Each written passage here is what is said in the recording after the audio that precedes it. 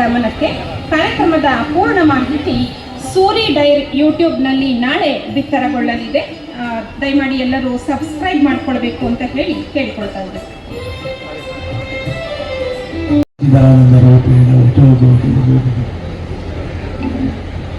ಶ್ರೀ ಆದಿಚುಂಚನಗಿರಿ ಪುಣ್ಯಕ್ಷೇತ್ರದ ಎಲ್ಲ ಧರ್ಮ ದೇವತೆಗಳಿಗೆ ನಮಸ್ಕರಿಸಿ, ಶ್ರೀ ಆದಿಚುಂಚನಗಿರಿ ಕ್ಷೇತ್ರದ ಅನ್ನದಾನ, ವಿದ್ಯಾದಾನ, ಆರೋಗ್ಯ ದಾನ, ಸಮಾಜ ಸೇವೆ ಎಲ್ಲ ರೂಪಗಳ ಸೇವೆಗಳನ್ನು ಸಲ್ಲಿಸಿ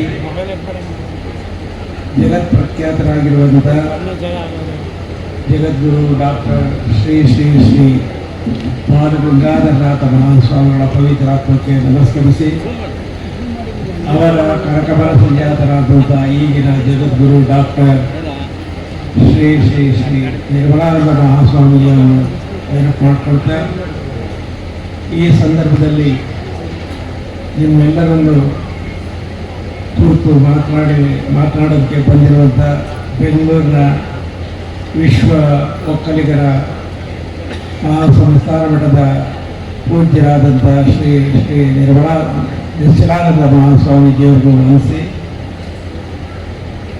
ಇವತ್ತು ಮುಖ್ಯವಾಗಿ ಸಾವಯವ ಕೃಷಿ ಬಗ್ಗೆ ನೀವೆಲ್ಲರೂ ಸೇರಿದ್ದೀರಿ.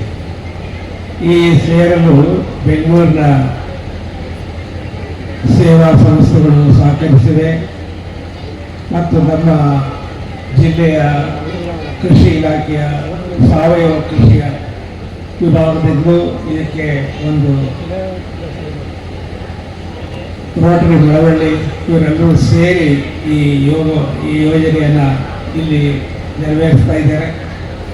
ಇದರಲ್ಲಿ ಭಾಗಿಗಳಾಗಿರುವಂಥ ವೇದಿಕೆಯಲ್ಲಿರುವಂಥ ಎಲ್ಲ ಗಣ್ಯರೇ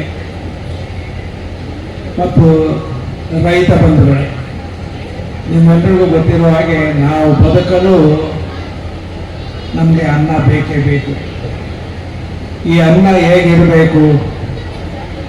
ನಾವು ಚೆನ್ನಾಗಿ ಬೆಳೆಯೋದಕ್ಕೆ, ಜ್ಞಾನವಂತರಾಗಿ ಬೆಳೆಯೋದಕ್ಕೆ, ಆರೋಗ್ಯವಂತರಾಗಿರಬೇಕಾದ್ರೆ ಎಲ್ಲೋ ವಿಷಯಕ್ಕೂ ಒಳ್ಳೆಯ ಆಹಾರ ಬೇಕು ಅಂತ ಹೇಳಿ ನಮ್ಮ ಎಲ್ಲ ಶಾಸ್ತ್ರಗಳು ಹೇಳ್ತವೆ. ಒಳ್ಳೆಯ ಆಹಾರ ಬೇಕು, ಶುಚಿಯಾದ ನೀರು ಬೇಕು, ಒಳ್ಳೆಯ ಗಾಳಿ ಬೇಕು, ಇವು ಬಹಳ ಮುಖ್ಯ. ಇದನ್ನು ಪ್ರಾಚೀನ ಕಾಲದಿಂದಲೂ ನಾವು ಈ ಸಾವಯವ ಕೃಷಿ ಅಂತ ಏನು ಹೇಳ್ತಾ ಇರಲಿಲ್ಲ. ಆದರೂ ನಾವೇ ಸಾಕಿರುವಂಥ ಗೋವುಗಳ ಗೊಬ್ಬರವನ್ನು ಉಪಯೋಗಿಸ್ಕೊಂಡು ವ್ಯವಸಾಯವನ್ನು ಮಾಡಿದ್ದೇವೆ. ಅದರಿಂದ ಬಂದ ಆಹಾರಗಳನ್ನು ನಾವು ಸೇವನೆ ಮಾಡಿದ್ದೇವೆ. ನಮಗೆ ಆರೋಗ್ಯ ಸುಧಾರಿಸಿ ಆವಾಗೆಲ್ಲ ನಮ್ಮ ಮನುಷ್ಯರ ಆಯಸ್ಸು 100 ವರ್ಷ, 110 ವರ್ಷ, 120 ವರ್ಷ ಹೀಗೆ ಚಿರಂಜೀವಿಗಳಾಗಿ ಅವತ್ತು ನಮ್ಮ ರೈತರು ಬೆಳೆದುಕೊಟ್ಟಂಥ ಆಹಾರ ತಿಂದವರು ಎಲ್ಲರೂ ದೀರ್ಘಾಯುಷಿಗಳಾಗಿ ಬೆಳೆದು ಬಂದಿದ್ದಾರೆ. ಆದರೆ ನಮಗೆ ಬ್ರಿಟಿಷರವರು ನಮ್ಮ ದೇಶಕ್ಕೆ ಬಂದ ಮೇಲೆ ಅವರು ವಿಶೇಷವಾದ ಗೊಬ್ಬರಗಳು, ವಿಶೇಷವಾದ ಔಷಧಿಗಳು ಅಂತ ಹೇಳಿ ಅದನ್ನು ತಂದರು ನಮ್ಮ ಜೊತೆಯಲ್ಲಿ.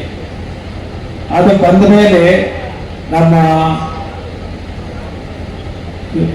ಆಹಾರ ಬೆಳೆಯೋದು ಜಾಸ್ತಿ ಆಯಿತು. ಆದರೆ ಅಲ್ಲಿ ಶಕ್ತಿ ಇಲ್ಲದ ಆಹಾರ ಆಯಿತು. ಆ ಶಕ್ತಿ ಇಲ್ಲದ ಆಹಾರ ಜೊತೆಗೆ ಅದಕ್ಕೆ ಔಷಧೋಪಚಾರ ಮಾಡೋದಕ್ಕೆ ಶುರು ಮಾಡಿದ ಮೇಲೆ, ಅಂದರೆ ಪೆಸ್ಟಿಸೈಡ್ಗಳನ್ನು ಸ್ಪ್ರೇ ಮಾಡಿದ ಮೇಲೆ ಆಹಾರ ವ್ಯತ್ಯಾಸ ಆಯಿತು. ಆಹಾರ ವ್ಯತ್ಯಾಸ ಆದ ಮೇಲೆ ಮನುಷ್ಯನಿಗೆ, ನಮಗೆ ಬಹಳ ಹಿಂದೆ ಒಂದು 4-6 ಕಾಯಿಲೆ ಅಷ್ಟೇ ಇದ್ದಿದ್ದು. ಜ್ವರ ಬರ್ತಿತ್ತು, ತಲೆನೋವು ಬರ್ತಿತ್ತು, ನೆಗಡಿ ಬರ್ತಿತ್ತು ಮತ್ತು ಇನ್ನು ಸಣ್ಣ ಪುಟ್ಟ ಕಾಯಿಲೆ. ಈಗ ಹಾಗಲ್ಲ. ಯಾವ ಆಸ್ಪತ್ರೆಗೆ ಹೋದರೂ ತಕ್ಷಣ ಡಾಕ್ಟರ್ಗಳು ಪರೀಕ್ಷೆ ಮಾಡಿ ಅವರ ಸ್ಲಿಪ್ಪನ್ನು ತೆಗೆದು ಬಾರದು ಹೋಗಿ ಔಷಧಗಳನ್ನು ತಂದು ಡ್ರಗ್ ಸ್ಟಾಪ್ ಡ್ರಗ್ ಸ್ಟೋರಲ್ಲಿ ತಂದ್ಬಿಡಿ, ತಗೊಳ್ಳಿ ಅಂತ ಹೇಳಿ ತಗೊಳ್ತಾ ಇದ್ದೀವಿ. ನಮ್ಮ ಆರೋಗ್ಯ ಎಷ್ಟು ವ್ಯತ್ಯಾಸ ಆಗಿದೆ ಅಂತ ಹೇಳಿದ್ರೆ ಎಲ್ಲವೂ ಸೈಡ್ ಎಫೆಕ್ಟ್ ಆಗಿ ನಮ್ಮ ಆರೋಗ್ಯ ಕುಸಿದು ನಾವೆಲ್ಲ ಈಗ ದೀರ್ಘಾಯುಷಗಳಲ್ಲ ಅಲ್ಪಾಯುಷಗಳಾಗಿದೆ. ನಿಮ್ಮಲ್ಲಿ ನೋಡಿರ್ಬೋದು, ನೀವು ಇಷ್ಟು ಚೆನ್ನಾಗಿದ್ದೀರಿ. ಅವ್ರಿಗಾಗಲೇ ಶುಗರ್ ಹೋದರೆ ಡಾಕ್ಟರ್ ಕರ್ಕೊಂಡು ಹೋದರೆ, ಆಗಲೇ ಇವ್ರಿಗೆ BP ಅಂತಾರೆ, ಆಗಲೇ ಇವ್ರಿಗೆ ಇನ್ನು ಬೇಕಾದಷ್ಟು ಕಾಯಿಲೆಗಳನ್ನು ಹೇಳ್ತಾರೆ. ಮೊನ್ನೆ ನಾನೊಂದು ವಾರದಿಂದ ಒಬ್ಬರು ಭಕ್ತರು ಬಂದರು. ಆ ಭಕ್ತರು ಅವರು KR ನಗರದ ಕಡೆ ಇರೋ ಅವರ ಮಗ ನಮ್ಮ ಶಾಲೆಯಲ್ಲಿ, ವಿಶ್ವ ಅನ್ನೋ ಶಾಲೆಯಲ್ಲಿ ಓದ್ತಾ ಇದ್ದ. SSLC ಮುಗಿಸಿ ಪಾಸಾಗಿ ಹೋದ. PUCಗೆ ಮೈಸೂರಿನಲ್ಲಿ ಒಂದು ಕಾಲೇಜಿನಲ್ಲಿ ಸೇರಿಸಿದ್ರು. ಅವರು ಒಂದು 6 ತಿಂಗಳಾಗಿದೆ. ಆ ಮಗುಗೆ ಕಾಯಿಲೆ ಬಂದಿದೆ. ಅಲ್ಲೇ ಮೈಸೂರಿನಲ್ಲೇ ಒಂದು ದೊಡ್ಡ ಆಸ್ಪತ್ರೆಯಲ್ಲಿ ಸೇರಿಸಿದೆ. ಸುಮಾರು 3 ಲಕ್ಷ ಖರ್ಚಾಗಿದೆ. ಆಮೇಲೆ ಇದ್ದಕ್ಕಿದ್ದಾಗೆ ಡಾಕ್ಟ್ರು ನೋಡಿ ಬನ್ನಿ ಇಲ್ಲಿ, ಈ ಮಗು ಬದುಕಬೇಕಾದ್ರೆ 30 ಲಕ್ಷ ತಂದು ಇಮಿಡಿಯೇಟ್ ಆಗಿ ನಮ್ಮ ಆಸ್ಪತ್ರೆ ಕೌಂಟರ್ನ ಕೊಟ್ಟು ರಸೀದಿ ತಗೊಳ್ಳಿ, ನಾನು ಟ್ರೀಟ್ಮೆಂಟ್ ಕೊಡ್ತೇನೆ, ಇಲ್ಲಾಂದ್ರೆ ಸಾಧ್ಯವಾಗಲ್ಲ, ಡಿಸ್ಚಾರ್ಜ್ ಮಾಡ್ಕೊಂಡು ಕರ್ಕೊಂಡು ಹೋಗಿ ಅಂತ ಹೇಳಿದ್ದಾರೆ. ಅವರು ಬಂದು ನಮ್ಮ ಶಾಲೆಯಲ್ಲಿ ಆ ಹುಡುಗನ ಹೆಸರಿಗೆ ದೊಡ್ಡ ಪ್ರಮಾಣದಲ್ಲಿ ಶಿಫಾರಸು ಮಾಡಿ ಹಣ ಸಂಗ್ರಹ ಮಾಡಬೇಕು ಅಂತ ಹೇಳಿ ಬಂದು ಅವ್ರ ಬಗ್ಗೆ ಕೆಲವು ದಾಖಲೆಗಳನ್ನು ನಮ್ಮ ಶಾಲೆಯಲ್ಲಿ ತಗೊಂಡು ಬಂದಿದ್ರು. ಅವ್ರಿಗೆ ಹೇಳಿದಾಗ ಅದನ್ನು ನನಗೆ ತುಂಬ ಗಾಬರಿ ಆಯಿತು. ಮೊದಲು ಈಗಾಗಲೇ 3 ಲಕ್ಷ ಖರ್ಚು ಮಾಡಿದ್ದಾರೆ. ಈ ಇದ್ದಕ್ಕಿದ್ದಾಗೆ 36 ಲಕ್ಷವನ್ನ ಪೇಮೆಂಟ್ ಮಾಡಿ ಹೇಳ್ತಾ ಇದ್ದಾರೆ. ಹೀಗಾಗಿ ಇವತ್ತು ನಮಗೆ, ಮಕ್ಕಳಿಗೆ ಅಥವಾ ಎಲ್ಲರಿಗೂ ಯಾವ್ಯಾವ ರೀತಿ ನಮ್ಮ ಕಾಯಿಲೆಗಳು ವ್ಯತ್ಯಾಸ ಆಗ್ತಾ ಇದ್ದಾವೆ ಅನ್ನೋದೇ ಗೊತ್ತಾಗಲ್ಲ. ಅಂತೂ ಆಸ್ಪತ್ರೆಗಳು, ಖಾಸಗಿ ಆಸ್ಪತ್ರೆಗಳು ಬಹಳಷ್ಟು ಅಭಿವೃದ್ಧಿ ಸಾಧಿಸ್ತಾ ಇದ್ದಾವೆ. ಕ್ಲಿನಿಕ್ಗಳು ಅಭಿವೃದ್ಧಿ ಸಾಧಿಸ್ತಾ ಇದ್ದಾರೆ. ಡಾಕ್ಟರ್ಗಳು ದೊಡ್ಡ ದೊಡ್ಡ ಶ್ರೀಮಂತರಾಗ್ತಾ ಇದ್ದಾರೆ. ಆದ್ದರಿಂದ ಇದನ್ನೆಲ್ಲ ನಾವು ಯೋಚನೆ ಮಾಡಿ, ನಮ್ಮ ರೋಟರಿಯವರು ಯೋಚನೆ ಮಾಡಿದಾಗೆ, ನಮ್ಮ ರೈತರು, ನಮ್ಮ ಕೃಷಿ ವಿಜ್ಞಾನಿಗಳು ಯೋಚನೆ ಮಾಡಿದಾಗೆ, ನಾವು ಸಾವಯವ ಕೃಷಿಯನ್ನು ಅನುಸರಿಸಿ ನಮ್ಮ ಬೆಳೆಗಳನ್ನು ಬೆಳೆದು ನಾವು ಅದನ್ನು ಉಪಯೋಗಿಸಿ ನಾಡಿನ ಜನರಿಗೂ ಕೊಡುವಂಥ ಒಂದು ವ್ಯವಸ್ಥೆ ಆದರೆ ನಾವು ದೀರ್ಘಾಯುಷಿಗಳಾಗ್ತೇವೆ, ಶತಾಯುಷಿಗಳಾಗ್ತೇವೆ. ಈ ಬಗ್ಗೆ ಎಲ್ಲ ಬಂದಿರುವಂಥ ಗಣ್ಯರು ಈಗಾಗಲೇ ಬಹಳಷ್ಟು ಜನರು ಮಾತಾಡಿದ್ದಾರೆ. ಇನ್ನೂ ಕೆಲವರು ಮಾತಾಡೋ ಇದಿದೆ, ಅವಕಾಶ ಇದೆ.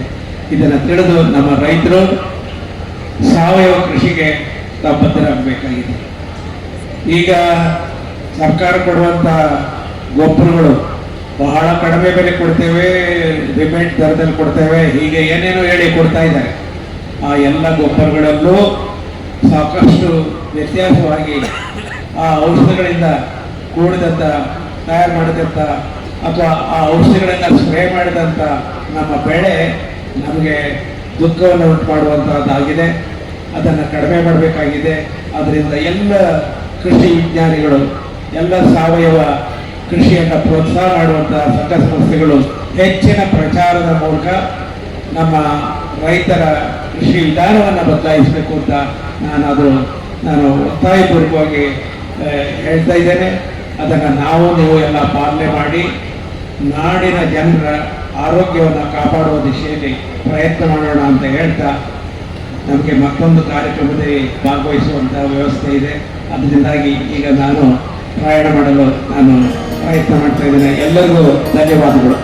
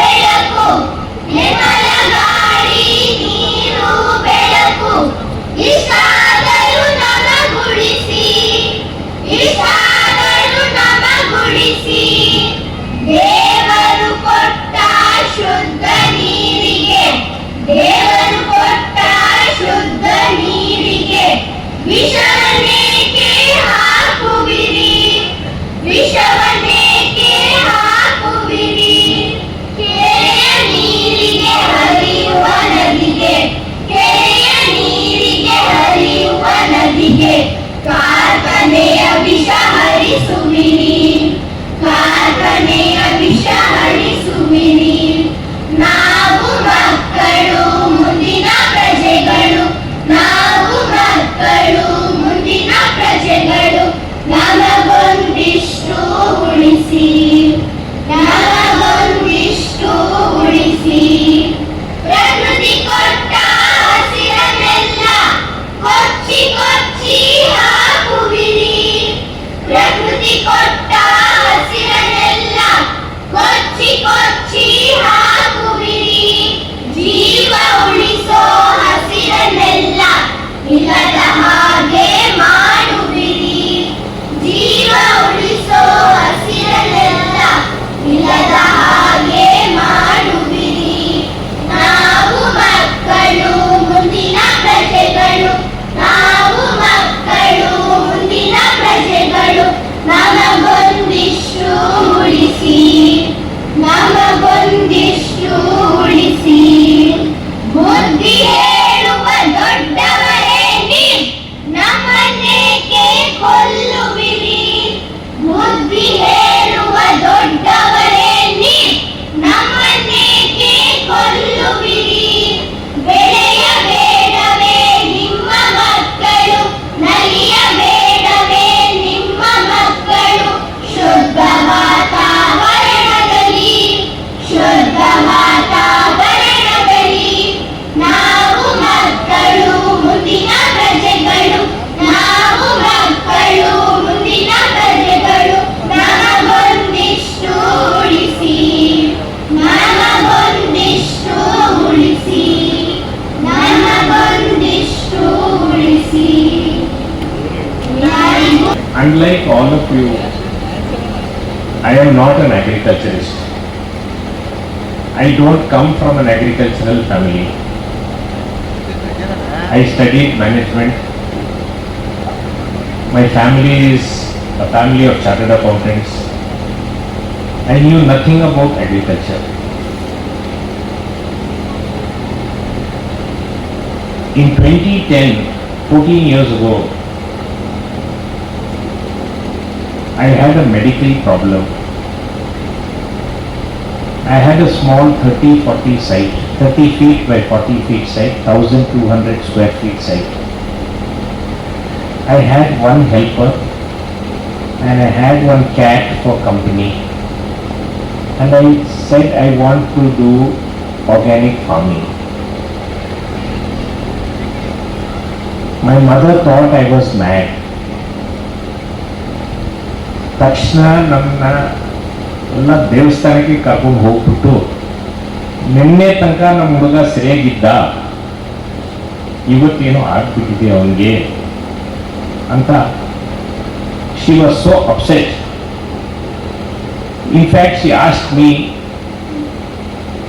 If you want to get into agriculture, why did I send you to school? Why did I send you to college?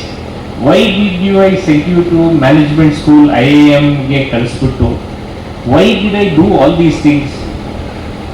After 4th standard itself you could have gone into agriculture. That was her belief and that was her mind.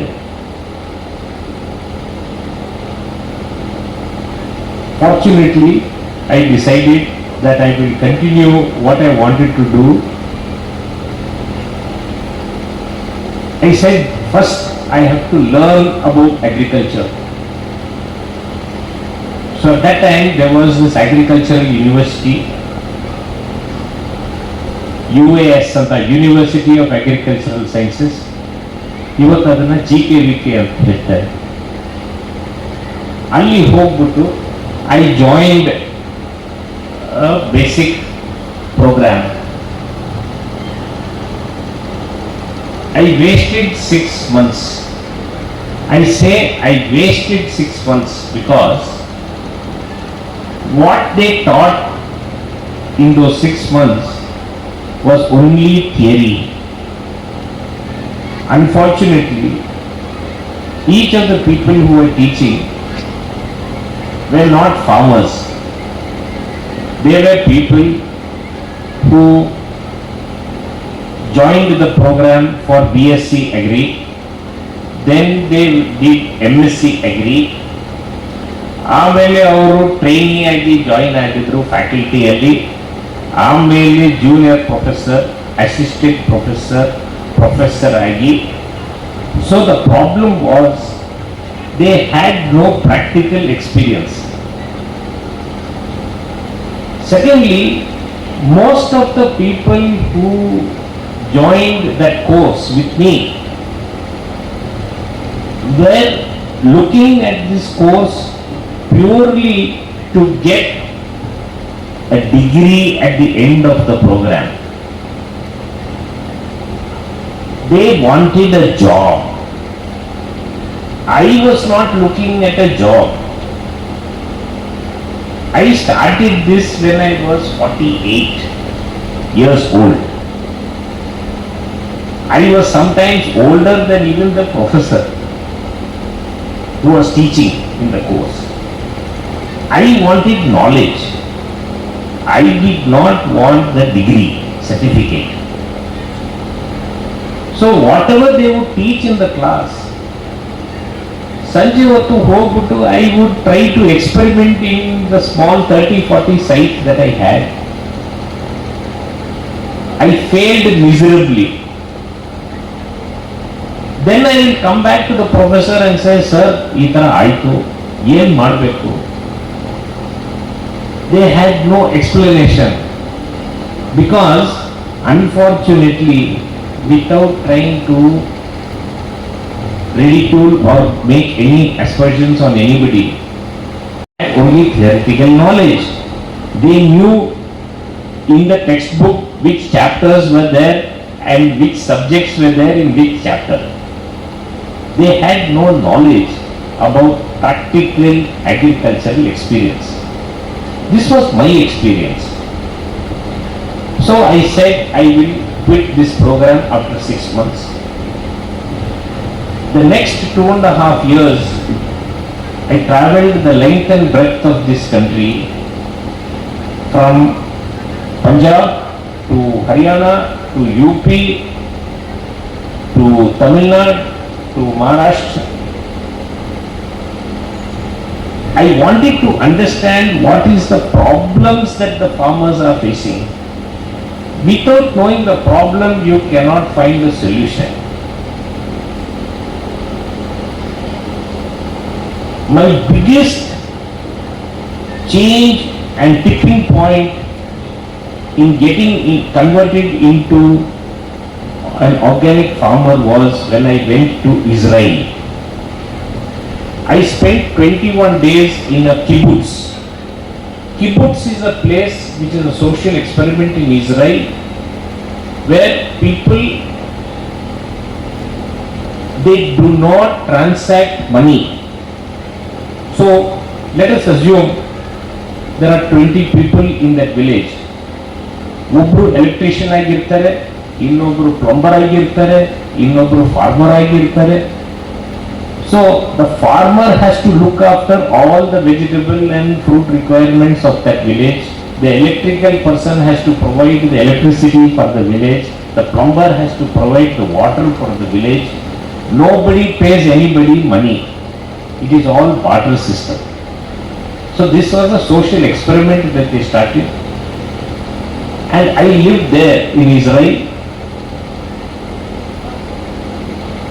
And I realized that most of you who have not visited Israel is primarily desert soil. ಬರೀ ಮರಳು. ಆ ಮರಳದಲ್ಲಿ ಇಷ್ಟೇ ಗೊಬ್ಬರದಲ್ಲಿ Israeli oranges ಬೆಳೆಸ್ತಾ ಇದ್ರು. ನನಗೆ shock ಆಗೋಯ್ತು, ಏನಪ್ಪ ಇದು? In our country, there is so much that the God has given us, but we are not able to do it. Anta, I learned how they grow what they grow. Today, by God's grace, From that 30-40 site that I started, we today cultivate in 500 acres.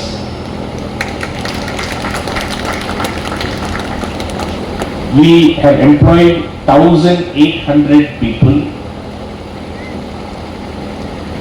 and we have probably the lowest helper iteration in agriculture. ಯಾರ ಹತ್ರ ಮಾತಾಡಿದ್ರು ಅವ್ರು ಹೇಳ್ತಾರೆ, sir ಇದೆಲ್ಲ ನೀವು ಮಾಡ್ತಾ ಇರೋದು ಹೋಗಿ, ಆದರೆ ಲೇಬರ್ ಸಿಗ್ಬೇಕಲ್ಲ ಸರ್ ಅಂತ ಹೇಳ್ತಾರೆ. Today by God's grace and by wishes of elders, we have less than 1% of labor iteration. The reason is very simple. It is because we must think as managers and as owners of land, we must look at what is it that we have to give them. The whole point is, in my view, we do not call anybody who works in our land as workers, all helpers. They are doing survey to us, and for that survey, we are remunerating them in that amount.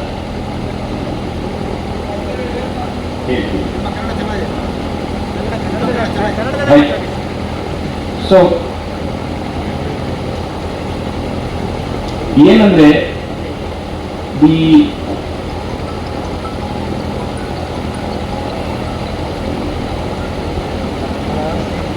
we have to ensure that we look after our helpers. ನಮ್ಮ ಇದರಲ್ಲಿ ನಾವು ನಮ್ಮ ಜನನ ನಾವು ಕೂಲಿಗೆ ಅವ್ರಿಗೆ ಕೆಲಸ ಸಂಬಳ ಕೊಡ್ತಾ ಇದ್ದೀವಲ್ಲ, ಅವ್ರು ಯಾಕೆ ಅವರು ಕೆಲಸ ಮಾಡ್ತಾ ಇಲ್ಲ, ಯಾಕೆ ಬಿಟ್ಟು ಹೋಗ್ತಾ ಇದ್ದಾರೆ ಅಂತ ಆ ಯೋಚನೆಗಳೆಲ್ಲ ಬರುತ್ತೆ ನಮಗೆ.